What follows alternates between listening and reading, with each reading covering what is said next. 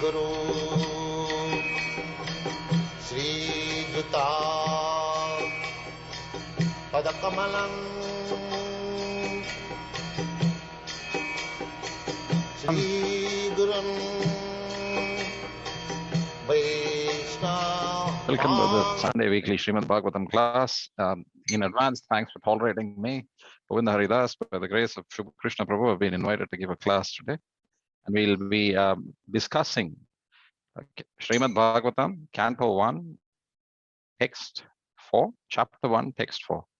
Before that, we'll sing the Jai Radha Madhava prayers just to make the surroundings more auspicious to the reception of this oral knowledge of Srimad Bhagavatam. Okay, we'll do our usual call and response method. So here we go.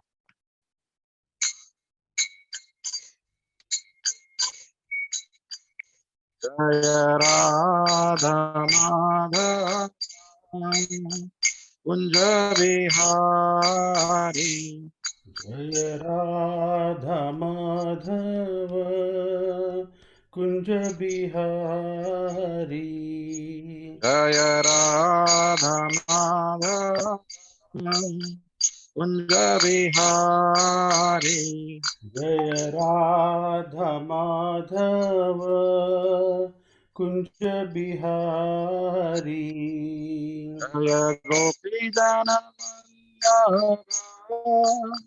Girivaradhari Jaya Gopi Jana Vallabha Girivaradhari Jaya Radha Madhava Kunja Vihari Jaya Radha Madhava Kunja Bihari Yashodanandana Jana Jana Yashodanandana Brajjana Ranjana Yamuna Tira Vanachara Yamuna Tira Vanachari Jaya Radha Madhava Kunja Vihari Jaya Radha Madhava Kunja Bihari Hare Krishna Hare Krishna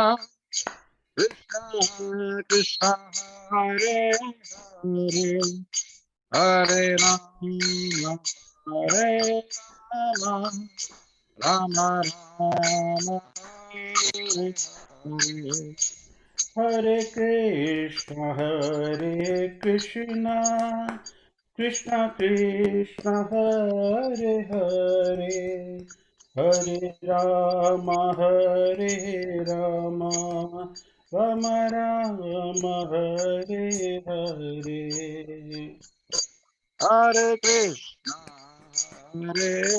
Krishna Krishna Krishna Hare Hare Hare Rama Rama Rama Hare Hare Hare Krishna Hare Krishna Krishna Krishna Hare Hare Hare Rama Hare Rama Rama Rama Hare Hare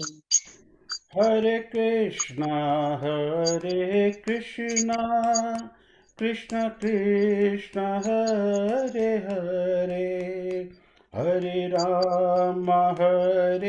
Rama Rama Rama Hare Hare Jaya Radha Gopinath Radha Gopinath Radha Jaya Radha Gopinath Radha Gopinath Shri Radhe Jaya Radha Gopinath Radha Gopinath Shri Radha Jaya Radha Gopinath Radha Gopinath Shri Radhe Jaya Gauranita Gauranita Gauranita Jaya Gauranita Jaya Gauranitai Jaya Gauranitai Jaya Gauranitai Jaya Gauranitai Jaya Jaya Jagannath,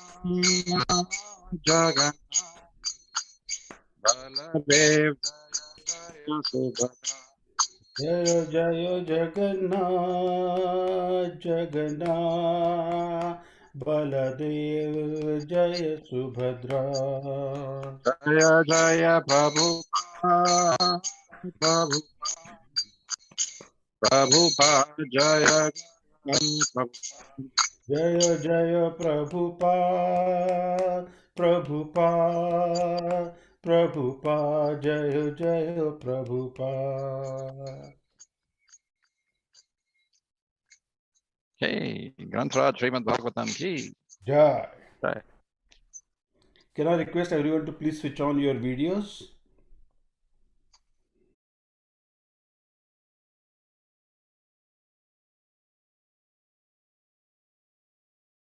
Okay, just before we start the class, I know when we used to have these classes in person, it was quite interactive. And I'd just request it to be that way. So during the course of the class, I might open the floor to you and ask you questions, and it's more of a dialogue and a discussion as opposed to the speaker just speaking and the audience listening, and we can make it more interactive. You can choose to raise your hands or you can unmute your mics and answer the question. Okay, just 1 second. I'm just bringing up a slide.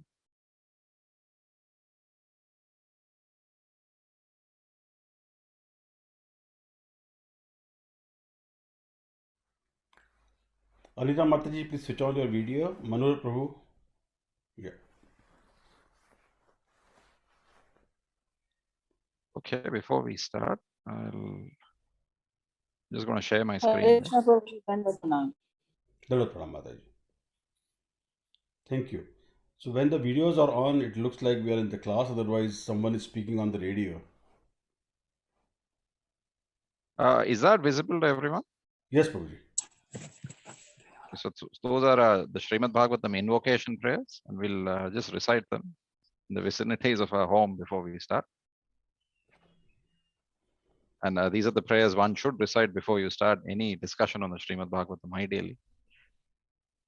Here we go. Narayanam namaskritya Narayana Namaskritya naram chaiva narottamam Naran Chaiva Narottamam devim saraswatim vyasam Devim Saraswatim Vyasam tato jayam udirayet Tatyam Tato Jayam Jayam Udiraye Udire nashtaprayeshu abhadreshu Nashtaprayeshu Nashtaprayesho Abhadreshu Bhadreshu nittam bhagavata sevaya Nityam Bhagavata Nityam Sevaya Bhagavata Sevaya bhagavati uttama shloke Bhagavati Uttama Bhagavati Shloke Uttama Shloke bhaktir bhavati naishtiki. Bhakti Bhavati Bhaktir Naishtiki. Bhavati Nishtaki. We can just pause for 10 seconds and you can read the translation of what we've just read. Before reciting the Srimad Bhagavatam, which is the very means of conquest, one should offer respectful obeisances unto the personality of Godhead Narayan, unto Naranarayan Rishi, the supermost human being, unto Mother Saraswati, the goddess of learning, and unto Srila Vyasadeva, the author. By regular attendance in classes on the Bhagavatam and by rendering of service to the pure devotee, all that is troublesome to the heart is almost completely destroyed, and loving service unto the personality of Godhead, whose praise with transcendental songs is established as an irrevocable fact. It's quite in the self-explanatory, and it's an irrevocable fact. Okay, so moving on. Today's verse for discussion. I've got to share my screen again.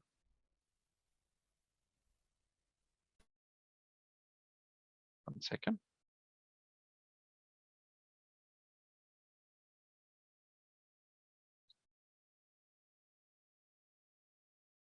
And I'll open up today's verse for discussion.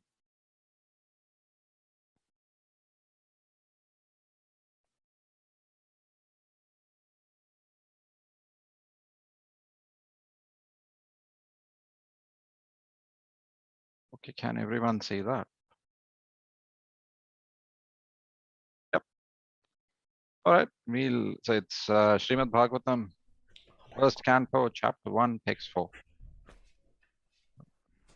Someone can put their hand up and repeat this verse after I've read it.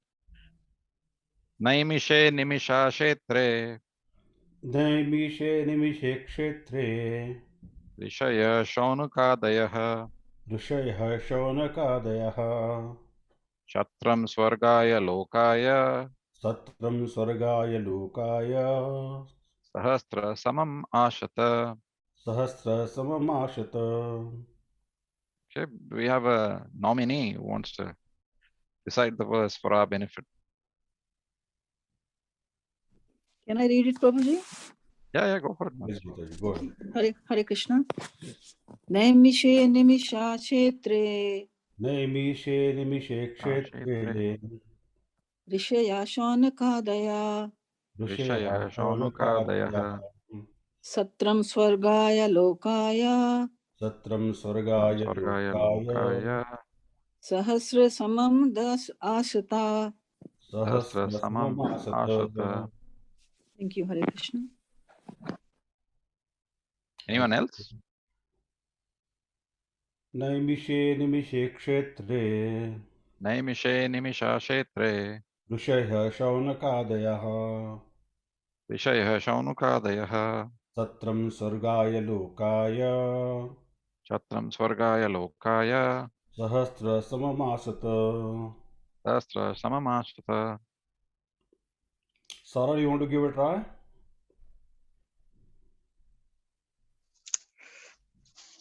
I could try. Thank you, Prabhu.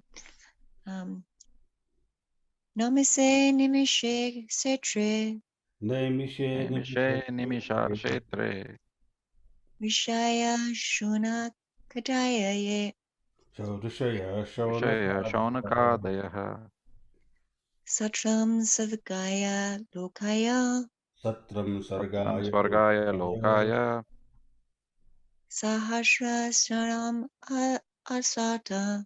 Sahasra Samam Ashata. सहस्रसममासत. Wonderful. Thank you. Okay, thank you everyone. So the translation of the verse is: once in a holy place in the forest of Naimisharanya, great sages headed by the sage Shaunaka assembled to perform a great 1,000-year sacrifice for the satisfaction of the Lord and his devotees.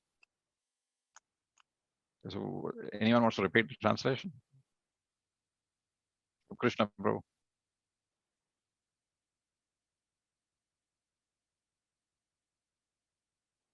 Oh, okay, I'll do it again. So once in the I was talking on the mute room, sorry. Once in a holy place in the forest of Naimisharanya, great sages headed by the sage Shaunaka and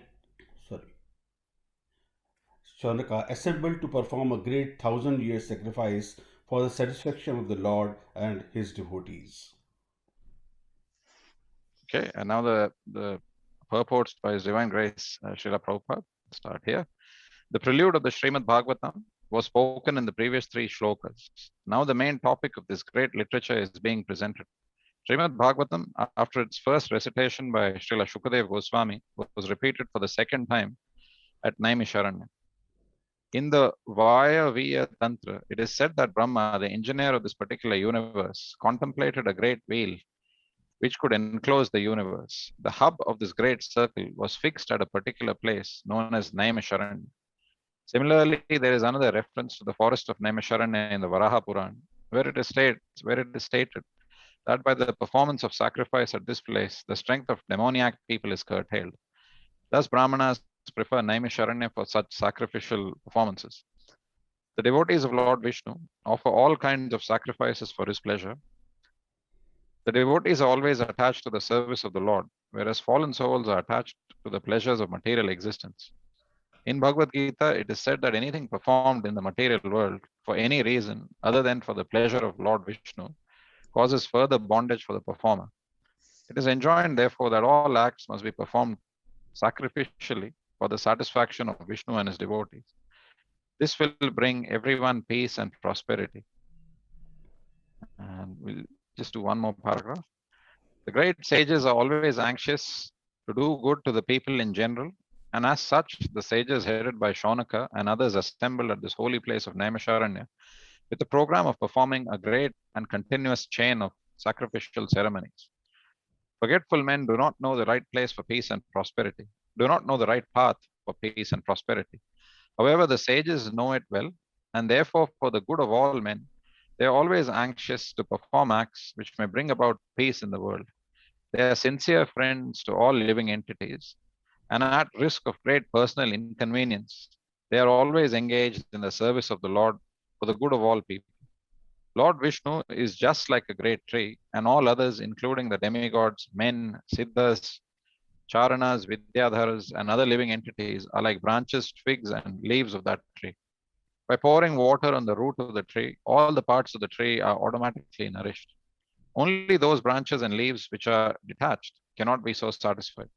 Detached branches and leaves dry up gradually because, despite all watering attempts, similarly, human society, which is detached from the personality of Godhead, like detached branches and leaves, is not capable of being watered, and one attempting to do so. The modern materialistic society is detached from its relation to the Supreme Lord, and all its plans, which are being made by atheistic.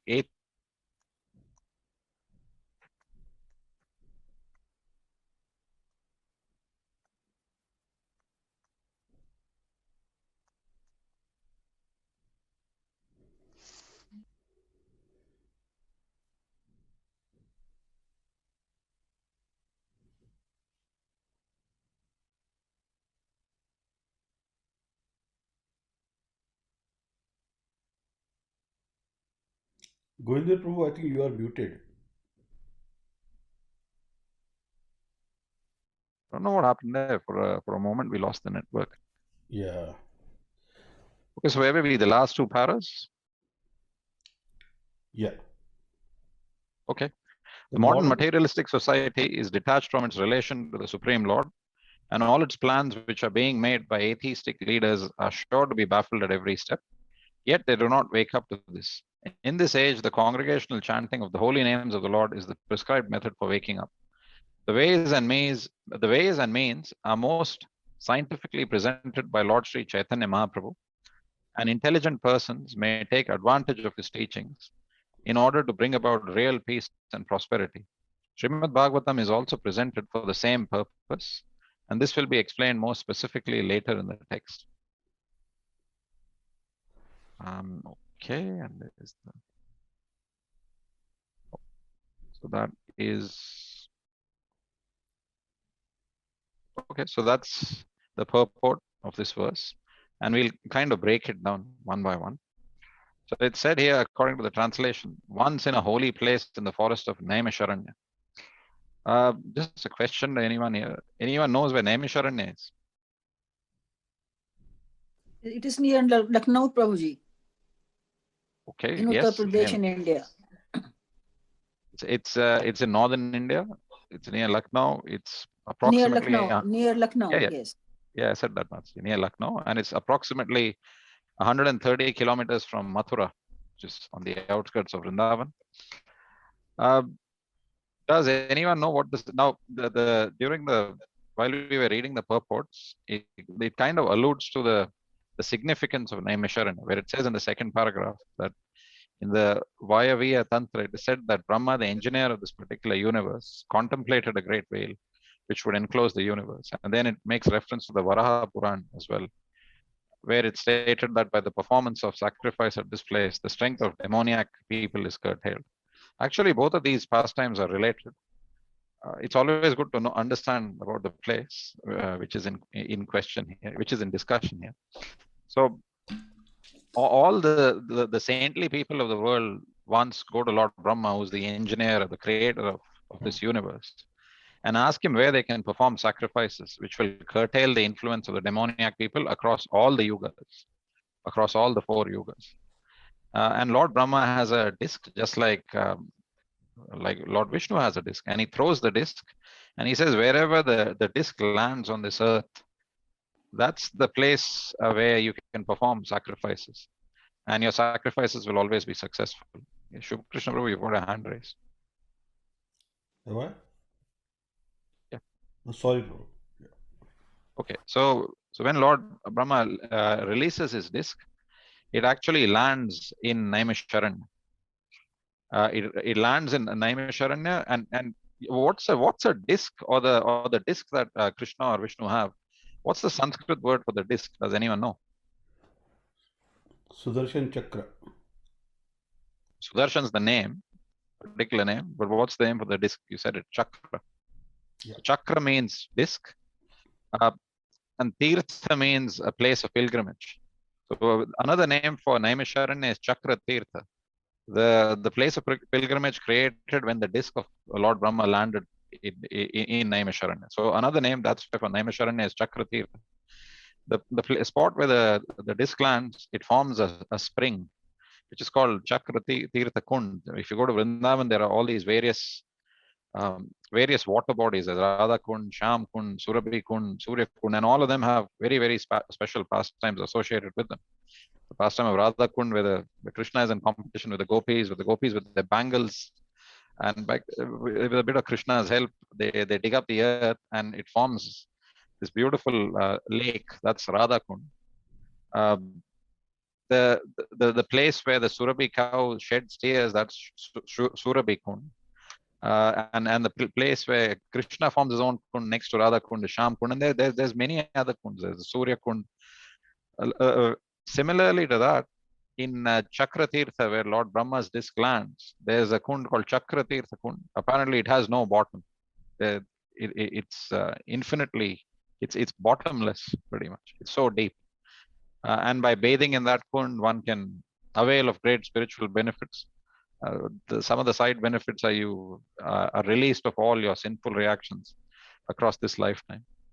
So, and hence the importance of Naimisharanya as a place. It's supposed to be the place where all the holy places can, confluence or meet, and that's another significance of Naimisharanya. And of course, it's a place where the demoniac influences are curtailed if one performs of penance and sacrifices there. So all the great sages headed by the sage Shaunaka, they assemble to perform a great 1,000-year sacrifice for the satisfaction of the Lord and his devotees. It's very significant what the sages are doing here. And second.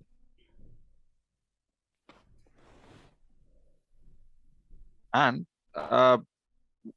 so there are very many important things to note in the choice of Naimisharanya. Now I'll just open up a question to everyone. It's said in said in this purport, right, that the Srimad Bhagavatam was first spoken by Shukadev Goswami. We know that he was speaking it to Parikshit Maharaj, and then it makes a reference to Shaunak Rishi speaking the Srimad Bhagavatam for a second time, and he's speaking it at Naimisharanya. Now, at what point in history did this dialogue start? Does anyone know that in terms of the yugas? So we've got the 4 yugas: the Satyuga, the Treta Yuga, the Dwapar Yuga, and our present yuga, the Kali Yuga. Because a lot of things that they are saying here in the translation, that they are just about to start a 1,000-year sacrifice, is related to a particular point in history. Anyone know? You can raise your hands or you can unmute your mic and say, at what point in history did they have this conversation and start this sacrifice? Are you guessing it's Satya Yuga? No. Okay, so I'll give you a clue. So the first conversation, the first time the Srimad Bhagavatam was spoken when Parikshit Maharaj, who's the grandson of the Pandavas, is on this planet. Right? At what point of time was that spoken? That is Dwapar Yuga. That's right at the tail end of Dwapar Yuga, when the Kali Yuga is just about to start. Starting of Kali Yuga. Yeah. So this is it's at the same point in history. It's at the same point in history that all these sages headed by Shaunaka Rishi go to Naimisharanya, and of course before that they go to Lord Brahma. They establish the place of pilgrimage, just like before the Mahabharata war. The place of pilgrimage or the battlefield was chosen, which was Kurukshetra, for numerous reasons. And in fact, the Bhagavad Gita first starts with the glorification of Kurukshetra. It calls Kurukshetra Dharmakshetra Kurukshetra, or a place of pilgrimage. So similarly, this great dialogue of Srimad Bhagavatam was established in Naimisharanya. And the great sages, they're about to commence a 1,000-year sacrifice right at the confluence of the Dwapar and Kali Yuga. Any guesses as to why they chose that time? And I'll give you a clue there as well. While we were reading the purports, I'll bring up the screen again. This is a very obvious clue. So, but everything in the Srimad Bhagavatam or the Vedic text is kind of interconnected and interrelated, which is what we're seeing here. So this paragraph here, it says that the great sages are always anxious to do good to the people in general. And as such, the sages headed by Shaunaka and others assembled at this holy place of Naimisharanya with the program of performing a great and continuous chain of sacrificial ceremonies. And all of this is connected to why you're sitting in your living room listening to the Srimad Bhagavatam today. Anyone knows why they chose that particular point in time? Because they were worried about the effect Kali Yoga was starting to have on the people. Yeah, spot on. That was the answer. They already could forecast that in years to come, the influence of Kali would be rampant, and with each passing second, there'd be more degradation of the 4 pillars of the dharma. Anyone knows what the 4 pillars of dharma are?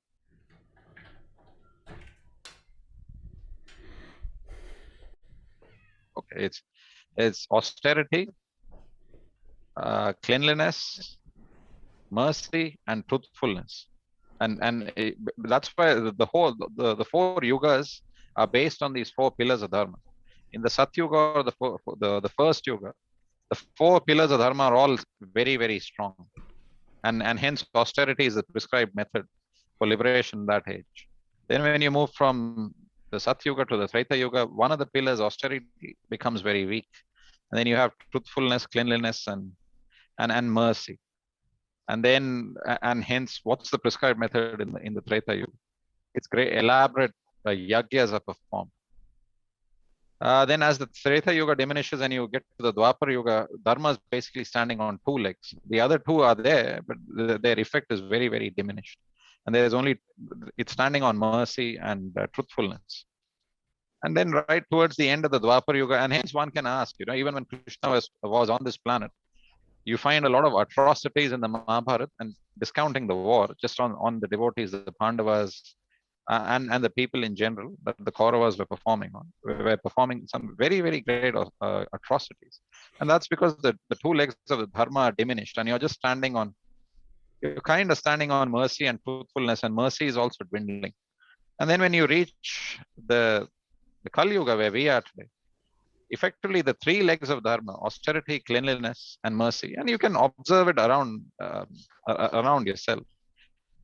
Austerity, well, in the Satyuga, people would go and meditate for thousands and thousands of years. It's hard enough to meditate for 6 minutes. We've got this prescribed method of chanting 16 rounds a day or 2 hours a day. That itself is very hard, and it's filtered down by Prabhupada from 64 to 16 for our benefit. That itself is so hard. So it's a giveaway that austerity is so hard to perform in the Kali Yuga. Cleanliness. Oh, one can argue that we wouldn't have this pandemic if cleanliness was being maintained. But there's a giveaway. Cleanliness around you in general, and cleanliness in the Srimad Bhagavatam refers to physical cleanliness, cleanliness of the mind and of the soul. All 3 are quite conspicuous by their gradual absence. And then mercy. Well, okay, you just have to pick up the newspaper on any particular day or log on to a news website, and what makes headlines is tales of mercy not being shown. What's the major news headline in the world today for the last 3 or 4 weeks? Afghanistan, Yeah. Taliban. The whole takeover of Afghanistan by the Taliban. Is there a lot of mercy being shown by the Taliban for their own people? Absolutely not. It's a government that's forcefully elected themselves or invaded the country, and with effectively and on paper, and then you've got, of course, and of course, to back it all up, you've got you've got Kali Yuga in full force, which is Kali Yuga is an age of quarrel and hypocrisy. So there's plenty of quarrel. In Afghanistan, there's no shortage of quarrel. In fact, there's no shortage of quarrel everywhere, but particularly in Afghanistan at the moment, no shortage of quarrel.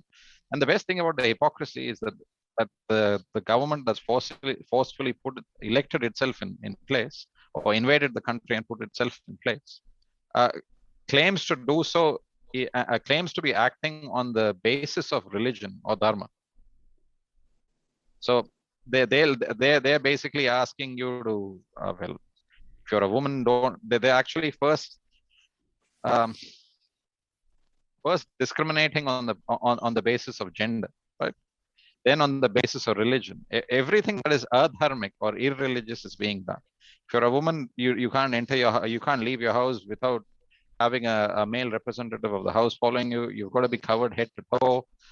You've got to only read the Quran as the holy text. All the other so-called religions will not be given a place in society. And they've got all these edicts that they read from. But then their main source of coming to power is by selling opium to the whole world. They'll tell you shouldn't consume alcohol, you shouldn't have drugs. But the catalyst that got them to power for the last 20 years, they were just eyeing their opportunity and consolidating their power by selling opium to the rest of the world. The world's largest producer of opium is in the poppy fields of Afghanistan, and it continues to do so. So this is the age of quarrel and hypocrisy. So we're going to establish a government based on the principles of dharma by selling drugs to the rest of the world. But we shouldn't consume it because, of course, we're the chosen people. Everyone else can have their opium, fund us, and then we get ourselves elected to power, and then we do whatever we want. So that's the yuga that we live in, the Kali Yuga. And everything is very interconnected. And so, again, how does by the sages at Naimishabhagavad, there's a point during the discussion in the Puranas, if you read it, the sages ask Shaunaka Rishi, so what exactly is the situation in the Kali Yuga? And when we get right to the 12th canto of the Srimad Bhagavatam, Shaunaka Rishi describes, and Shukadev Goswami also describes everything that will be prevailing in the Kali Yuga. And all of these things actually happen today. The sages, for example, are shocked when both Shukadev Goswami tells Parikshit Maharaj and Shaunaka Rishi is repeating it to the sages that people will be slaughtering and having and eating cows in the Kali Yuga. And they're quite shocked because till that point in time, that was considered a novelty, like a definite persona non grata. You wouldn't go, you wouldn't even think of doing anything such as this to the cow. Oh, the expression "holy cow" comes to mind. Now, why is the cow considered the mother of society? Cow gives us milk, and we sustain on milk. Milk is complete diet, so that's why I think it is called the mother of the society. Yeah, but the buffaloes give milk as well, and so do the goats. Why this particular significance to the cow? Prabhu, is it because also she nourishes the earth, like with urine and the stool and it's all just gives. Yeah, everything that comes from the cow. And from eating the grains and everything, and then she just gives back again. She's always nurturing. Yep. So that's a very decisive part of the answer. The cow is a living entity who's probably the most selfless amongst all living entities, who's effectively just providing for us right from thought to finish, from womb to tomb. The cow, as they say. For example, when you're growing up, you get nourished by the cow's milk. Now, what's so significant about the cow's milk? It's related to being in this Bhagavatam class, by the way. Prabhu, is it because it has special properties to nourish the cells in the brain? Yeah, that's exactly right. The cow's milk refines the brain tissues that you can actually understand topics such as the Srimad Bhagavatam. And hence, and there's the other products that come from the cow, the ghee, the butter, they're used. All these sacrifices that were going on in Naimisharanya is with the ghee coming from the cow. Everything that comes from the cow's body is considered holy. So cow dung, for instance, even now in India, in rural India, in villages, people make their houses from cow dung. Cow dung is also used as a source of fuel to cook food. Cow urine, for example, according to the Ayurveda, it can solve many of your ailments, especially skin eczema in particular. And then when the cow naturally leaves its body, naturally gives up, and of course it's from the cow that the bull comes that yokes the field and produces food grains for the earth, and hence the bull is the natural father of the society. And from the cow, when the cow naturally leaves her body, then that's the concept of ahimsa leather. Is then the leather from the cow's body can be used to make so many products. So right from when the cow appears on the earth to when she leaves her body, she's always serving us. There's later on in the Bhagavatam, it'll talk about you're always indebted to the 7 mothers that you have. Everyone who's born in this earth has got 7 mothers. Your biological mother, the king's wife, so Mrs. Morrison at this point in time, the guru's wife, the spiritual master's wife, the brahmana's wife, the nurse who helped during your delivery, the mother earth itself who's allowing us to stand on her, and mother cow. You've got these 7 mothers whose debt you can never repay. So naturally, and the cow is featured amongst those 7 mothers. So that's the significance of the cow. So when the coming back to the Srimad Bhagavatam, this particular verse, so when the sages hear that the cows are going to be ill-treated in the Srimad Bhagavatam, they realize, okay, that the Kali Yuga must be a really degraded age. But then what's explained in the verse is that they're so generous and large-hearted, these sages, that they think of our benefit. Like, fast forward 5,000 years and here we are having this conversation together. It's all because of the sacrifices performed by those sages in Naimisharanya at that point in time. Of course, and that leads, that in its wake has led to many other things because of which we are here. So if we can just extrapolate our existence to this conversation in Naimisharanya, it's because of what those sages did that these Vedic texts were produced. So Naimisharanya is the place where all the Vedic literature, the important Vedic literature has come. All the 4 Vedas originate from Naimisharanya. All the 18 Puranas were spoken at a point in Naimisharanya. All these Vedic texts, it's the source of all, the pilgrimage of all Vedic knowledge is Naimisharanya. And these sages confluence in Naimisharanya, and they have this great 1,000-year sacrifice for our benefit. And then in time to come, when we talk of saints, there are saints all who played a pivotal influence in our life because of which we are here today. Like then you have the Goswamis in Vrindavan, and then there are so many other saints in between. But then you have the Goswamis in Vrindavan. It's because you have the Goswamis in Vrindavan that we have all of these texts and a detailed version of these texts spoken to even today. It's from the Goswamis in Vrindavan, in that same lineage that we had. It's because of the Goswamis, actually. How many of you have been to Vrindavan? You can just raise your hands. So everyone, how many temples does Vrindavan have? You can't count them. It's like thousands and thousands. And Rupa Goswami, amongst the 6 Goswami, was given this particular task of going and excavating all those temples in Vrindavan. Now, the richness of the Vedic culture, most of the temples and the deities of those temples are carved by a great grandson of Krishna called Vajranab.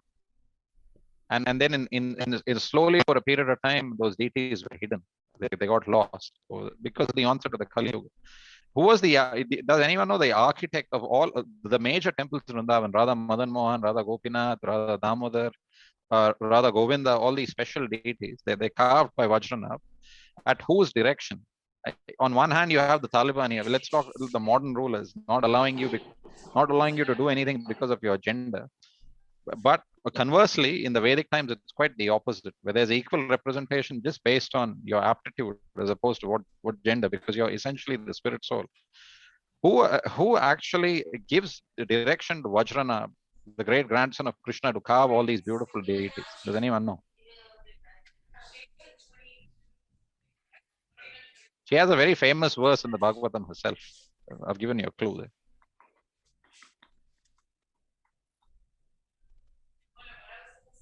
She's in she's in the lineage of the Pandavas. The Pandavas go away. Who survives? Who remains? Shukadev Goswami Draupadi? speaks. No, Draupadi goes away with the Pandavas. The Pandavas go away with Draupadi. Their 5 children are killed by Ashwathama, but they've got one surviving descendant. Who's the Uttara. surviving descendant? Yep, Uttara is the mom, and who's the surviving descendant? Uttara. Parikshit Maharaj. Yeah, Parikshit Maharaj is the surviving descendant, and he comes from Uttara's womb. Uttara is the wife of Abhimanyu, the great hero who fought one whole day against all the Kuru warriors himself in the war in Kurukshetra. So Uttara, the mother of Parikshit, and the grandmother of Vajranabh, actually directs Vajranabh on how these deities have to be carved. So there you go. That's a modern day saint, or a Dwapar Yuga saint. And it's because of Mother Uttara's mercy that we see all these beautiful deities still today stand the test of time.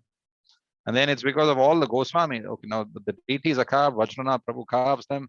And then, of course, in the course of time, everything is lost.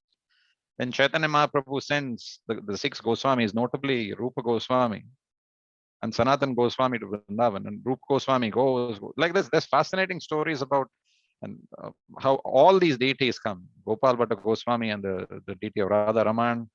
Since we spoke about the cow, we spoke about Mother Cow and what all she's given us. The deity of Radha Govinda. Have you heard about Radha Govinda? This particular deity of Krishna, very famous deity. Is in the city of Jaipur today. Okay, it's a good pastime to talk about, because it'll lead us back to all the gratitude we should have in our hearts for all these saints. So for example, the mercy shown by the saints and Mother Cow. Chaitanya Mahaprabhu, is none other than Krishna himself, sends Rupa Goswami and Sanatan Goswami. Wow, actually very wealthy people. They're governors at the time. Sorry, they're ministers for the Mughal king at the time.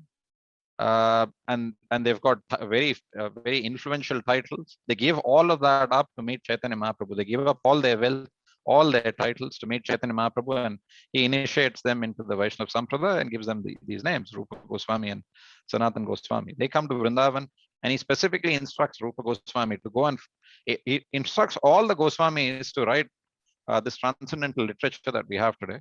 But he specifically instructs Rupa Goswami to go and excavate and find all these temples in Vrindavan and find those deities in particular and establish temples there. So most of the deities are found at that particular point in time. They found Radha Raman, they found Radha Damodar, Radha Gopinath, Radha Govinda, and he's meditating very strongly, Rupa Goswami, that he wants to know where the deities of Radha Govinda are, and he's strongly meditating under a tree. And then the villages in that area, he's very renowned. The wealth in those times was determined pretty much by how many cows you had. That was a symbol of wealth. And Rupa Goswami had 50,000 cows. Despite being a mendicant sannyasi, he had 50,000 cows, which used to effectively serve the whole village of Vrindavan. And he was meditating, and some of the forest, the Vrajavasis or the dwellers in Vrindavan came to him saying that one of your cows in particular, for we don't know how long, has just been under the shade, has been stationary under this tree and has been giving milk non-stop. Has just been giving milk non-stop. So Rupa Goswami smiles and he figures that he has the answers he prays very strongly to Chaitanya Mahaprabhu within his heart. That please, by your mercy, I want to know where the deity of Radha Govinda is. And he's just praying there very, very intensely. And the villagers tell him that there's this particular cow, and they describe the complexion of the cow, and she's been giving milk non-stop. And they go to that particular spot where the cow's been giving milk non-stop. As soon as Rupa Goswami comes to that spot, the cow stops giving milk. So he realizes, and then he orders the Brajavasis, okay, let's start excavating in this spot. And they go on excavating, and they actually have to go very deep into the earth. I forget the dimensions, but it was actually very, very deep into the earth. And they actually unearth the deities. And because the deities come from are found by none other than Mother Cow, they're given the name, there's Radharani, Srimati Radharani, but the name of Krishna, the deity of Krishna is Govinda. Govinda means one who gives pleasure to the cows and to the senses. And the cows are very, very dear to Krishna, and that's why his name is Govinda. And that's how the deities get their name. And so it's all, and today, okay, and then this pastime in itself about the deities of Radha Govinda is enough to tell us about all the sacrifice made by the saints of days gone by, because of which we are sitting here today. Now, the deity of Radha Govinda, Rupa Goswami worships him, but in his heart, he knows that he wants to establish a bigger temple for him. They have a small temple in the forest. And then he calls over one of his godbrothers, one of the other Goswamis, Raghunath Bhatta Goswami, to Vrindavan. And Raghunath Bhatta Goswami is known for being the foremost Bhagavatam speaker of his time. So he's speaking, Raghunath Goswami is speaking the Bhagavatam for the pleasure of the deities, and Rupa Goswami is listening to it along with all the Brajavasis, and the news goes around. And at that point in history, modern day India, as we call it, was ruled by the Muslim kings, the Mughals. And there was this particular Muslim king called Akbar, who was known to be a bit more liberal amongst all of them. So when you have the Muslims, they shout Allahu Akbar. It means God is great. Akbar was the title given to him. Akbar means great because he was more liberal than any of the other Muslim kings at the time in India. And he actually took the time out to read the Srimad Bhagavatam, to read the Vedic philosophy. He took the time out to understand the Islamic religion. But of course, he didn't have a guru, so he kind of concocted his own religion, a fusion of the two. But again, he wanted to maintain peace in the area. He wanted to expand his empire, but he wanted to do it in a way where he wasn't seen as a tyrant, and people were voluntarily. He was a popular leader. He was a popular leader by choice, not by force. So what he does is, over the course of time, he has many generals in his army. There's one general in particular whose name's Man Singh. He's a Rajput general from Rajasthan, and they've got a rebellion going on that time. Like I said, all the Vedic tales are interconnected, and so are the places of pilgrimage. So you've got all these happening. You've got Radha Govinda and Vrindavan. Akbar's ruling from a place called Agra, which is not very far from Vrindavan, and it's near modern day Delhi. And he's got a rebellion near Mayapur going on in Bengal, and he calls his general Man Singh to go and quash that rebellion for him. Now Man Singh is a great devotee of Krishna, and he comes to Vrindavan to visit the various Krishna temples before he goes on this conquest to quell the rebellion in Bengal. And he comes, and by chance he happens to meet Rupa Goswami and listen to Raghunath Bhatta Goswami's class, and he's totally mesmerized. And he stands before the deity of Radha Govinda, asking them for victory in his upcoming battle. And he says that if I am victorious in that battle, I'll create, I will make sure that I build a magnificent temple for you here in Vrindavan. And he goes onwards, and by the grace of the Lord, he's victorious in that battle. And he comes back, and he tells Rupa Goswami, now I have to fulfill my promise. I need to fulfill my promise to you. I need to help build this beautiful temple for you. Rupa Goswami is a simple saint. He's like, yeah, he's initially a bit hesitant to take any service from Man Singh. He says, well, you'd want to build this temple for us. There's a lot of talk these days about sustainable living and being eco-friendly. He says, but then in the course of building this big temple, you're going to destroy all these forests in Vrindavan. How does that work? And let me contemplate over it. And Rupa Goswami contemplates over it for a long time. And then he says that the benefit of having this big temple glorifying these deities of Radha Govinda, who were carved by Vajranab at the direction of Uttara, will far outweighs a little bit of forest land being destroyed. And he agrees to the proposal. And then Man Singh goes to Akbar, the Mughal king, seeking permission from him. And Akbar kind of puts two and two together and thinks that, okay, if I fund the temple of Radha Govinda, it means that all these people who are who are Vaishnavas in this region will become favorable to me. And he looks at it in a very political way, that I can become a very popular king if I do that. And he basically commissions one whole year's of the king's budget. It kind of adds up to 3 million rupees in today's terms. What's that in Aussie dollars? I wouldn't know, $600,000. But back then it was like a lot of money. It still is a fair bit of money, and he commissions that much money to the building of the temple. And they build this. It takes them 30 to 40 years to build the temple. By that time, Sanatan Goswami isn't there to see the temple built. Rupa Goswami also isn't there to see the temple built. But they've finished building this temple, which is this magnificent 7-story temple, the first ever temple in this whole world that was built with red sandstone. And Akbar wanted it. He personally had a motive, a vested interest in this being a temple unlike any other. So it's described as a modern day architectural marvel. They didn't have any of the software tooling that we have to design temples. And if you ever have a chance in your lifetime, please go to Vrindavan. Some of you probably have seen the temple of Radha Govinda, but it's the first temple built in red sandstone. I mean, back in those days, and even today, if temples are built in marble, they're considered very opulent. Well, this was the first time sandstone was used from an architecture perspective. So they built this great temple in Vrindavan, and it still stands today. Now, going back to how much the saints have a part to play in our life today, they're having that 1,000-year sacrifice in Naimisharanya. We've given an example of Rupa Goswami, by whose mercy you see this temple of Radha Govinda. And the temple of Radha Govinda is so opulent that all the kings in the nearby provinces would personally consider the deity as part of their family, and would make sure that the whole area was looked after, well fed, well nourished. And if they had any opulence of their own, which they had plenty of, they'd apportion a portion of it for the deity. So there used to be pillars which were studded with different kinds of jewels in that particular temple of Radha Govinda. Now, just as we have the Taliban today, fast forward, a century or two, and just as the sages had predicted that with the onset of the Kali Yuga, you have more and more degradation of religion, and that's why they have the 1,000-year sacrifice. Akbar gave away to his son Shah Jahan, who's apparently the builder of the Taj Mahal, which is quite famous, and he gave away to his son Aurangzeb, who was known as a notorious tyrant. So just as Akbar was known as being probably the most liberal of all the Muslim Mughal kings back at that point in history, Aurangzeb was quite the opposite. Of course, a personification, one of the agents of Kali, and known as the most demoniac and tyrant of all the rulers in the Kali Yuga.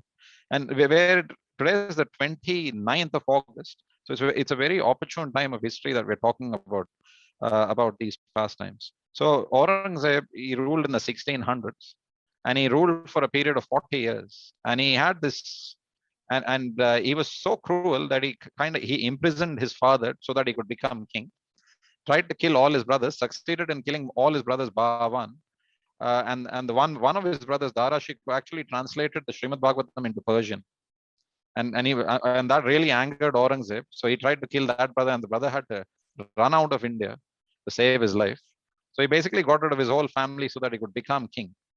And he wanted to rule by force. And he used to be anybody who's heard of Aurangzeb, he's known a lot for the atrocities that he's committed. He's probably the founding acharya of the Taliban. And he particularly he issued this decree in around August 1657, asking his soldiers that you go out and fish out every temple that these Vaishnavas have and the Hindus have and just destroy it one by one. And in that point in time, if you go to India, there's so many temples that have been destroyed multiple times by Aurangzeb. And the saying goes that he goes to Mathura. He finds out, where was their god Krishna born? Krishna is born in a prison in Mathura. We've got Janmashtami coming up in a couple of days. So all of you must be familiar with the story of how Krishna came into this world. And he erects a mosque right in that jail, right in that prison where Krishna was born, just to show his superiority. and he's performing the Muslims perform the namaz or the prayers 5 times a day. He's performing his namaz one day on an Ekadashi. And on an Ekadashi, when he's performing his prayers, it's just about the time when the sun's going to set, and he sees that the sky is really illuminated, and he kinds of wonders, and he calls his ministers and asks them, how come the sky is so illuminated, although the sun's setting and it's going to soon hit, it's just going to be very dark. How come it's so illuminated from that direction? And the ministers tell him, oh, that's because today is Ekadashi, which is a very special day for the Vaishnavas. And on Ekadashi, in that particular temple of Radha Govinda, which is the 7-story temple in Vrindavan, they light all these ghee lamps, and it's all those hundreds of ghee lamps that are being lit there that are illuminating the sky. It's a tradition that originally came from Jagannath Puri, where the Brahmanas in Jagannath Puri on the day of Ekadashi. Jagannath Puri, by the way, is one place where you're not allowed to follow Ekadashi because Jagannath wants you to eat all his prasadam. And therefore, they've locked Ekadashi Devi in a small temple there, so that because Jagannath saying, I've got these 56 offerings that come out 6 times a day, who's going to eat them? So you need to eat them. And the tradition on Ekadashi in Jagannath Puri is to cover the whole temple with these ghee lamps. And they were doing the same in Radha Govinda. And when Aurangzeb saw it, he couldn't stand it. So he ordered his soldiers that by tomorrow, I want to see you raise the temple to ground if you can. You shouldn't have, that temple shouldn't exist. That's the most opulent and magnificent symbol of Vaishnavism. And I want that raised to the ground. And as he's saying this, there's this Rajput warrior in his army who overhears the conversation. And what he does is he jumps on his horse, takes his horse right in the dead of the night, goes to Vrindavan, wakes up the Goswami who's looking after the Radha Govinda temple, and tells him this is what Aurangzeb's plan is. And the temple has a big bell. Again, it's because of what the saints did back in the day that we are here today having this conversation. The saint goes and he rings I think his name is Shivaram Goswami. Yep, his name Shivaram Goswami goes and he rings the temple bell, and he sounds the bell and he wakes up all the nearby saints and villages, and they come to him and he tells them, we've got this Mughal king Aurangzeb, his soldiers are going to come tomorrow. What are we going to do? We need the deity, and the deities for them are they part of their family. Like, what are we going to do to save the deities? So the first thing that all the villages and the saints do, again, this is how selfless they are. The temple had no shortage of wealth and jewels or diamonds encrusted in those walls. They don't even think about them. The first thing they think about is the deities, and they take the deities, go by to a nearby part in Vrindavan, which has got a bit of a swamp going, and hide them under the earth. And then later on, then they think about all these literatures that the Goswamis have written. And Vrindavan, they're in the Vrindavan Research Institute today, and ISKCON's working with the Vrindavan Research Institute to now publish those Goswami literatures again. My spiritual master, His Holiness Indradumna Swami, has very good relations with them, and he's been given this project of publishing the Goswami literatures again. All of these things that I'm talking to you about. So, but that wouldn't have been possible if the literatures didn't find their way into the Vrindavan Institute, and the literatures only found their way into the Vrindavan Institute because despite Aurangzeb's belligerence, all the villages, when they came to know that he's going to send his soldiers to destroy the temple, the next thing that they do is they hide away those manuscripts. They put them into a wooden cupboard, and they take that wooden cupboard and again hide it in that swampy area and cover it with dirt. There's another a story for another day of how those deities and the manuscripts land their way in Jaipur, where they're looked after, and the deities are in Jaipur till today, and the manuscripts come back into Vrindavan. But that's for another day. Here we are talking about those saints. And they do their best then to protect the Lord's deity paraphernalia and protect it and find a way to get it out of the clutches of Aurangzeb and his men. The next day, the whole place in Vrindavan is full of dust from the travel of the horses of Aurangzeb and his men who are coming with the infantry, the artillery to destroy this temple. And then the ultimate sacrifice that all the saints or the other thing that the saints do then they look at who are the vulnerable people in our village who would possibly face persecution. They look at all the women and all the little children, especially the male children, because the male children would be the female children would be taken away as booties of war, and the male children would be taken away forcibly to join Aurangzeb's army. So they go and hide the children and they hide the women as well, so that they're protected. And then all these saints, the next day when Aurangzeb and his men, when Aurangzeb sends his men, he doesn't come personally, he sends his men, he sends his soldiers. What they do is they think these people will have at least a modicum of decency, that they won't kill us if they have to destroy this this building. So they surround the building and just throw themselves at the wall. It's a very sad story of what happens then. It actually, today is the 29th of August. All this happened on the 28th of August, 1657, where these men just came in and they butchered the saints, and the whole scene is covered. The whole day is covered with the cries and screeches of these great saints who are being killed. And it's because of their ultimate sacrifice that we have the deities and these Goswami literatures till today. So whenever if you ever think of slacking off in Krishna consciousness, you should give a moment, like we honor the soldiers by giving them a moment silence. You should think a moment about for all the sacrifices that these saints put in back in the day, that you have what you have today. And anyways, and again, but the temple which was made by his grandfather, what angers Aurangzeb even more is that it was my grandfather who commissioned this temple. What a fool he must have been. So I've got to make sure that I spare no effort in getting rid of this temple. And despite all their best efforts, the 7-story temples, they're able to destroy 4 floors in 2 months. There's 4 floors that they destroy in 2 months, which is why you might be kind of wondering that if I go to Vrindavan today, how come I still see the Radha Govinda temple built from back in the day in red sandstone? So they're able to get rid of 4 floors. And after 2 months, again, Aurangzeb is performing his evening prayers in that mosque in Mathura.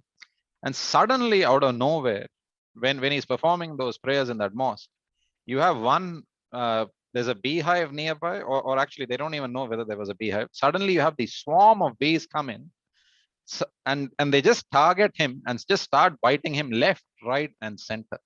If anyone's bitten by beehives, you should know that I've I've suffered that fate when I tried to play with a beehive back as a kid, and when the bees sting, it's awfully painful. And you just want to run and you just want to hide when the bees come after you. And Aurangzeb goes, wasps too for that matter, know from experience. So Aurangzeb, suddenly there's this swarm of bees that come and they bite him left, right, and center. They get under his clothes, under his silk garments, and they're just biting him left, right, and center. And he's like shrieking and howling in pain. And some of his ministers and soldiers come and they see the king, they drag him away from the courtyard into the inner chambers. And the other thing with the bees is once they sting you and they lose their tail, they die of their own accord. So, and they get rid of the bees, and he's covered with these bruises all over, lacerations all over. And he calls for his royal physician. And the elderly Muslim gentleman, the royal physician, is treating Aurangzeb. And Aurangzeb is talking to the physician. He says, I am such a pious man. Talk about, being self-aware. So it's like, I'm such a pious man. I've done so much for Islam and, for our religion. How come I have to suffer this fate that I'm the emperor I'm basically the emperor of this whole Indian subcontinent, and I've got a bunch of bees who've, reduced me to this, to this pitiable condition. And the physician must be a very, very brave man. The Vrindavan Research Institute didn't have his name, but he must have been a very, very brave man. He was an elderly Muslim gentleman. He actually summons the courage to tell Aurangzeb that, those Vaishnavas who were worshipping in Radha Govinda, what you did to them, it's because of that you're suffering this fate. He must have been a very brave man to say that to Aurangzeb. Can you imagine saying that to the Taliban today? It's because of all that opium you sold and how you persecuted those citizens and what you did to those women that you're going to suffer a fate in the future, which is going to be very lamentable for you. Can you imagine saying that to the Taliban today? You can't. And this elderly gentleman says that to Aurangzeb. And by quirk of fate, Aurangzeb reflects on it. And he says, okay, what if this man, what he's saying is true? That these bees suddenly came out of nowhere, and they stung me. He reflects on it and he orders his army, okay, get rid of the other temples, but that particular temple of Radha Govinda, just leave it as it is. Just halt its destruction. So which is why you still have 3 stories standing. In the end, the Lord intervenes himself, and you have 3 stories standing in that temple in Radha Govind. So this is how this is the sacrifices, the lengths to which the saints go, and we are here today. It's because you have the temple in Radha Govinda today, and then later on, a modern day saint was Bhakti Vinod Thakur, Srila Bhakti Vinod Thakur. Just as Chaitanya Mahaprabhu gave Rupa Goswami the order to go and excavate and find and re-establish these holy places of pilgrimage, Bhakti Vinod Thakur was given the same order by Bhakti Siddhanta Saraswati Thakur to go and, Bhakti Vinod Thakur was given the same order by Gaur Kishore Das Babaji to go and re-establish the places of pilgrimage in Mayapur. And that's why you have those temples in Mayapur and Vrindavan today. The modern day saint is Bhakti Vinod Thakur. And it's because Bhakti Vinod Thakur re-established these places of pilgrimage. And then later on,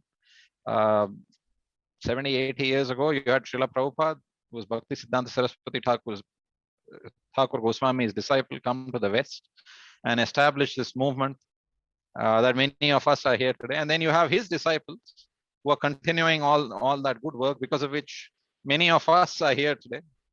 And we are having this conversation. If you trace it back to the 1,000-year sacrifice in Naimisharanya to all the Goswamis in Vrindavan, many saints, few and far in between, there's so many that I will not be able to fill this class with their names. I don't have the knowledge and details of all of them as well. And then you have Bhakti Vinod Thakur and Bhakti Siddhanta Thakur, and then you have Srila Prabhupada and his disciples carrying on.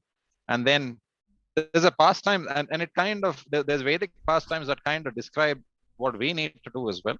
They leave a message. And then you have, who was the modern day avatar of Krishna? What does Krishna come as 500 years ago? Anyone? Who was it? Lord Chaitanya? Yeah, Lord Chaitanya. So Chaitanya Mahaprabhu. So then Chaitanya Mahaprabhu has this very famous pastime where Chaitanya Mahaprabhu spent most of his years in Jagannath Puri. And he was spreading the Sankirtan movement first in Mayapur, and then he goes to Jagannath Puri in the 48 years that he lives on this earth. And he's very particularly fond of the Jagannath Rath Yatra, which is always associated with Jagannath Puri. And there's this particular custom in Jagannath Puri that everything, Jagannath by itself, the meaning of the word Jagannath means Lord of the universe. Everything in this universe belongs to him. You may call yourself a king, you may call yourself a sweeper, you'd be an accountant or whatever, but ultimately everything belongs to Jagannath, and you belong to him too. So, which is why there's a custom that when the Jagannath Rath Yatra starts, and the first thing that happens is that the king of Orissa, the province in which you have Jagannath Puri, comes with a he sweeps the floor and cleans the floor where the Rath cart of Lord Jagannath and Baldev and Subhadrama are going to go and traverse the earth. So that's the first thing that happens. That's custom from time immemorial in Jagannath Puri. And Chaitanya Mahaprabhu is just about to kick off the Jagannath Rath Yatra, and he sees the king. Prataparudra is the name of the king, who comes and who's sweeping the floor. And he sees, okay, this must be a very humbling experience for this king who lives a very lavish life otherwise. And he has a soft spot then after looking at what King Prataparudra does. But then he's following the customs of the time, which is that he's a sannyasi. A sannyasi generally does not meet kings, because kings are considered more materialistic and more engaged in materialistic affairs of running the kingdom and maintaining a treasury and an army. And King Prataparudra is very, very saintly by nature. Again, we come back to the saints. He's what's called a Raja Rishi. Raja means king, a Rishi means a saint. A Raja Rishi is effectively a king who's actually a saint in the guise of a king, and a very noble and magnanimous king. And King Prataparudra is a Raja Rishi. And he kind of goes to, so who are Chaitanya Mahaprabhu's confidants? You chant their names before you chant the Hare Krishna mantra every day. Panchatattva. Who are the 4 confidants? So you always see their arms raised, many pictures of Lord Chaitanya. Anyone? Yes. Anita Mataji, go ahead. Prabhu, Nityananda, Advaita Acharya, Gadadhar Pandit, Advaita, Gadadhara, Sri Vista, One more. Adi, Gaura, Bhakta, Vrinda. Srivas Pandit. Yeah. So those four. So Nityanand Mahaprabhu, Gadadhar Pandit, Advaita Acharya, Srivas Pandit. And King Pratap Rudra goes to, if I want to get to Chaitanya Mahaprabhu, let me get to the four confidants. And he goes to them and he asks them, how do I get darshan of Chaitanya Mahaprabhu? So they disguise him up as a Brahmana. They say, first you remove all your opulent robes, and they disguise him up as a Brahmana. And they say there's these just at a particular point in time during the Jagannath Rath Yatra, it takes a few hours to pull those carts. And when it hits lunchtime, bang, Jagannath can, anything can move in Jagannath's calendar, but the time for his meals can't. That's the mercy of Jagannath Puri, and that's why we get all the prasad. So when it comes for lunchtime, they kind of pause the Rath Yatra. And Chaitanya Mahaprabhu goes to, these gardens are still there today. They're on the same road as the temple in Puri. They're called the Jagannath Vallabh Gardens. They're also the gardens where the famous conversation between Chaitanya Mahaprabhu and Ramananda Rai took place. The next time you're in Jagannath Puri, you should make it a point to visit those gardens. They've got a very beautiful deity of Krishna there too. And in the Jagannath Vallabh Gardens, Chaitanya Mahaprabhu takes rest every day while Jagannath is having his meals. And while he's resting, they push King Pratap Rudra, the four gentlemen we spoke about in the Panchatattva. And they tell King Pratap Rudra, this is your chance, just go. This is when Chaitanya Mahaprabhu is kind of resting, just massage his feet and chant anything from the scripture. So King Pratap Rudra goes, it's a very famous pastime. He goes there and he's chanting from the scripture. And what he starts chanting is, he chants the Gopi Gita. The Gopi Gita is the song of the gopis for Krishna. And he sings the first line of the Gopi Gita, which goes something along these lines, which is, Tava Kathamritam Tapta Jivanam Kavi Vihiritam Kalmasafaham Shravana Mangalam Srimadatanam Bhuvi Grananti Ye Bhurida Jana. So the translation of that verse is, and this is the gopis saying this to Krishna, addressing Krishna himself directly. They're saying, the nectar of your words and the descriptions of your pastimes are the life and soul of those suffering in this material world. So for us, so the nectar of your words and the descriptions of your activities are the life and soul of those suffering in this material world, which is all of us. These narrations, and Janmashtami, so it's time to listen to these narrations. These narrations, transmitted by learned sages, eradicate one's sinful reactions and bestow good fortune upon whoever hears them. So again, these narrations transmitted by learned sages, again, they are referencing the sages. Eradicate one's sinful reactions and bestow good fortune upon whoever hears them. These narrations broadcast all over the world, and there's a certain somebody who broadcasts them all over the world, because of which we are here. These narrations are broadcast all over the world and are filled with spiritual potency. Certainly, those who spread the message of Godhead are most munificent. Munificent is the word used in bold and underlined. Yeah, again, anyone tell me what the dictionary meaning of the word munificent is?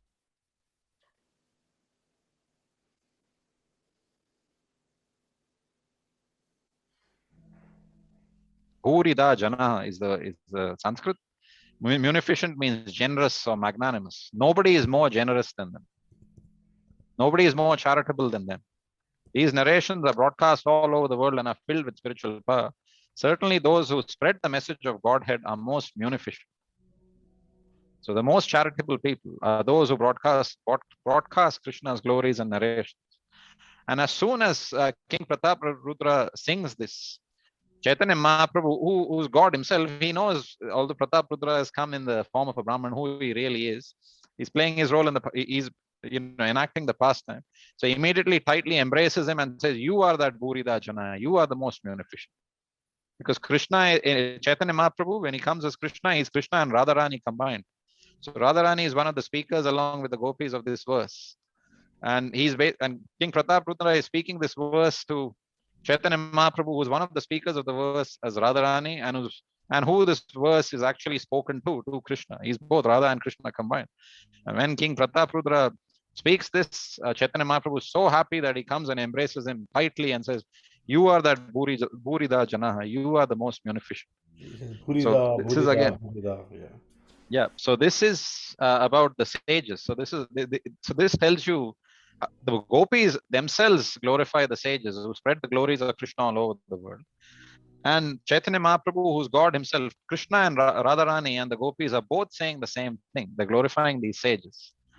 Now, these sages, from time immemorial, from the sages headed by Shaunaka Rishi performing the 1,000-year sacrifice to the Goswamis of Vrindavan, to so many other sages in the various Vaishnava Sampradayas, to Srila Prabhupada, by whose mercy this movement was founded and we are here today, to all the other sages coming in Srila Prabhupada's family in the form of his disciples and their disciples and the members of this movement are classed as Bhurida Jana. So they are the ultimate, all the, if you want Chaitanya Mahaprabhu to give you a tight, warm hug one day, this is what you've got to do. The king got it. He wouldn't necessarily even give the king an audience. What to speak of giving him a warm embrace? So this is the effectively the code secret. You've got to do the same. Spread the message of Godhead, and you are the Bhurida Jana. You are the most munificent. You can, if everything has its place in society, there's a time to give money to charity, which you should. We should always be, dutiful citizens of the government, follow all the moral codes of society. But ultimately, it all has to culminate into being a Bhurida Jana, or sharing this knowledge, whatever little capacity that we have. It was because of the Bhurida Jana showed by the cow back 500 years ago. It was non-stop giving milk in that particular spot that we got the deities again. It was because of the munificence of all those saints in Vrindavan who gave up their lives that the scriptures are still here today and the deities are still here today. It's because of the munificence shown on the part of Aurangzeb's physician that we still have the 3 stories of the Radha Govinda temple.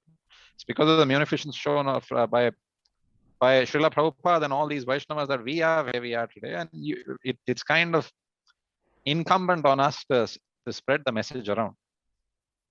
So which is the main takeaway. And coming to the last 2 lines of this particular verse, the purports of this particular verse. So I'll share my screen again. There's another point to it, which is the greatness of the sages. And then it talks about how all sacrifice in this world has to be performed for the pleasure of Vishnu. If you're disconnected from Vishnu, as long as you're part of that tree, you're nourished. But it says by pouring water on the root of the tree, all the parts of the tree are automatically nourished. Only those branches and leaves which are detached cannot be so satisfied. So anybody who's detached from the personality of Godhead, like that, detached branches and leaves, is not capable of being watered. And one attempting to do so is simply wasting his time and resources. So you can you can just introspect about what we do during the day. We've got plenty to do. We're always busy with work and commitments and various other activities. But if you don't have the time to basically assimilate this knowledge that has been given to you and engage in the practices of Krishna consciousness and pass them on, then you're kind of pretty much just wasting your time, is what the Bhagavatam is saying. And it talks to us about what we are doing. It specifically addresses us, saying the modern materialistic society, of which we are all a proud part of, is detached from its relation to the Supreme Lord. And all its plans, which are being made by atheistic leaders, are sure to be baffled at every step. Yet they do not wake up to this. In this age, which we're living in the middle of a COVID-19 pandemic, the congregational chanting of the holy names of the Lord is the prescribed method for waking up. So this verse, the purports of this verse tell you about the great sages. They tell you what you're not doing if you're detached from the Supreme Lord and his activities, but they also tell you what you should be doing. It says the ways and means are most scientific. And which ways and means? The congregational chanting of the holy names of the Lord is the prescribed method for waking up. The ways and means are most scientifically presented by Lord Sri Chaitanya Mahaprabhu. And intelligent persons may take advantage of his teachings in order to bring about real peace and prosperity. Srimad Bhagavatam is also presented for the same purpose, and this will be explained more specifically later in the text. So what's important here? The congregational chanting of the holy names of the Lord is the prescribed method for waking up. And what is the way and means? It's presented by Chaitanya Mahaprabhu, who says that the congregational chanting of the names of Krishna is taken up by only intelligent people. You have to be intelligent to take advantage of these teachings in order to bring about real peace and prosperity. So the word intelligent, just hold on to that, because later on in the Srimad Bhagavatam, and I'll show this to you. You can search it.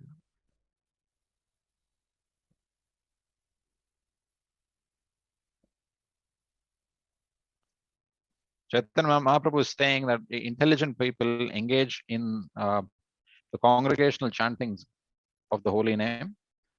And then later on in the Srimad Bhagavatam, he actually, these exact words are repeated again. If you all can see that screen, that's fast forwarding a few cantos. That's Srimad Bhagavatam, Canto 11, Chapter 5, Text 32. The verse spoken by Shukdev Goswami is Krishna Varnam Tvisa Krishnam Sango Pangastra Parshadam Yaggai Sankirtana Prayir Yajantihi Sumedasah. So he says, in the age of Kali, intelligent persons perform congregational chanting to worship the incarnation of God, who constantly sings the names of Krishna. So who is the incarnation of God who's constantly singing the names of Krishna? One incarnation. Different incarnations have different functions, but you have this one particular incarnation who's just spreading the glories of Krishna and just chanting his name. Anyone wants to take a guess? Lord Chaitanya. Mahaprabhu. Mahaprabhu. So in this age of Kali, when Mahaprabhu comes, intelligent persons perform congregational chanting to worship the incarnation of Godhead, who constantly sings the names of Krishna. Although his complexion is not blackish, Krishna's complexion is blackish, his name known as Shyamasundar. He is Krishna himself. So Chaitanya Mahaprabhu is Krishna himself. And this is rubber stamped by the Srimad Bhagavatam. He is accompanied by his associates, servants, weapons, and confidential companions, who we all spoke about. So that's the takeaway from today's class. So Chaitanya Mahaprabhu is giving us some brownie points as well. He's saying that if you're engaging in the congregational chanting of the holy name in this age of Kali Yuga, well, whether we'd like to admit or not, he's saying you are kind of intelligent. And then how can you? So that's a brownie point that we get. You are kind of intelligent, and the next step to take is have a heart full of gratitude for all these sages, because of which you got an opportunity to become intelligent. You only become intelligent by taking in knowledge and applying that knowledge. So the knowledge came from the sages and all these great devotees. And by spreading, and if you've been entrusted with something good, then it's kind of incumbent on you to share it around.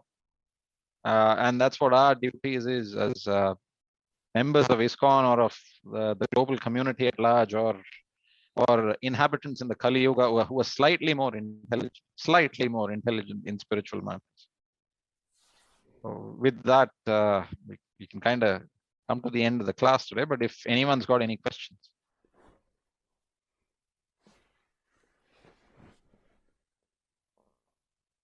Of course, in an assembly of intelligent people, there won't be too many questions.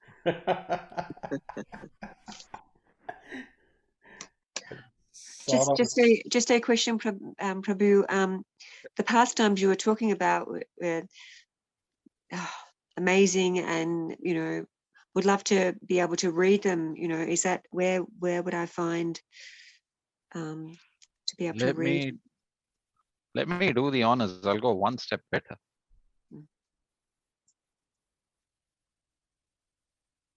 I don't have access to the Vrindavan Research Institute, Mataji, unfortunately, but we've all got access to the person who's got access to the Vrindavan Research Institute, where we got all these pastimes from. I'm kind of just doing my bit in sharing the word around. Now,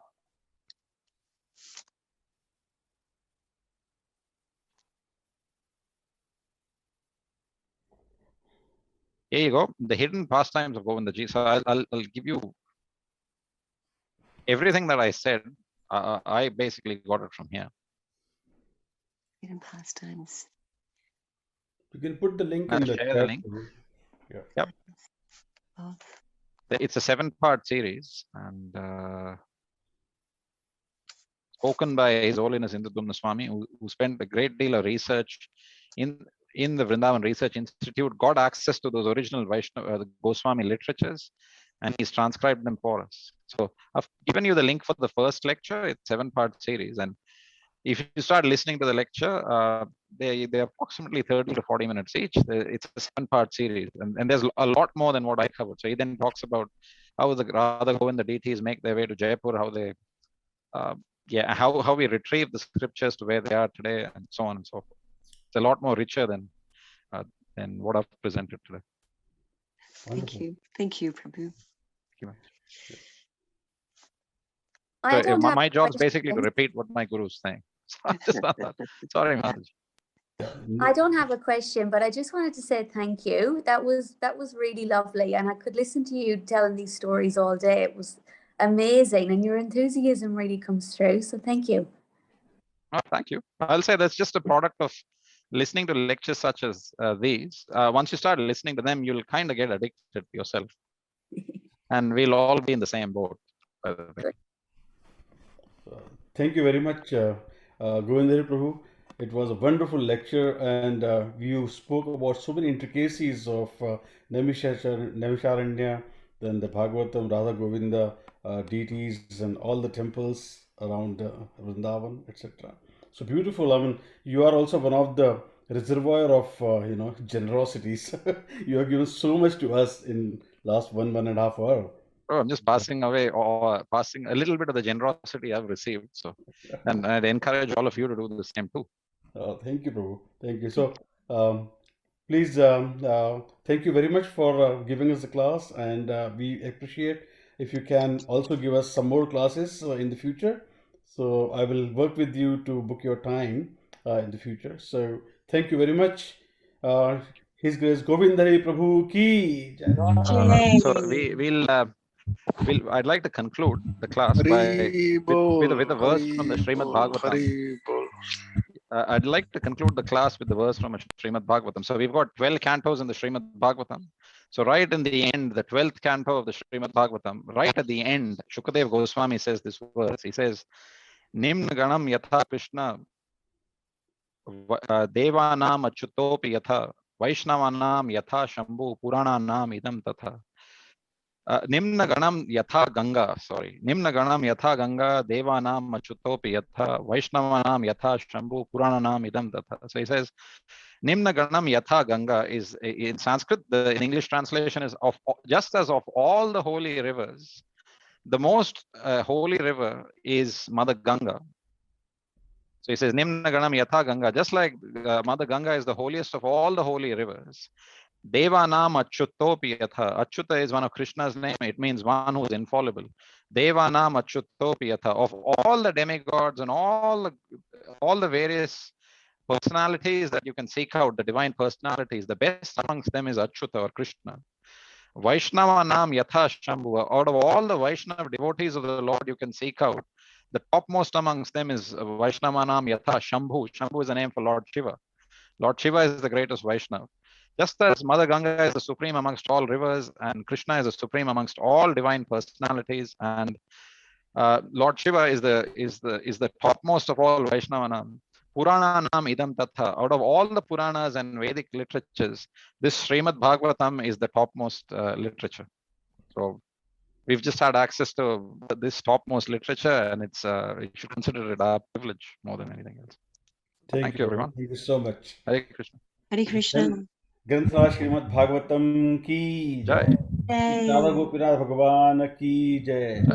Jai. Jagat Guru Srila Prabhupada ki Jai. Jai. Hare Krishna. Gaur Krishna. Brahmanande. Hare Hare Krishna. Krishna. Govinda Prabhu ki jai. Jai. Jai. Ki Jai. Thank you.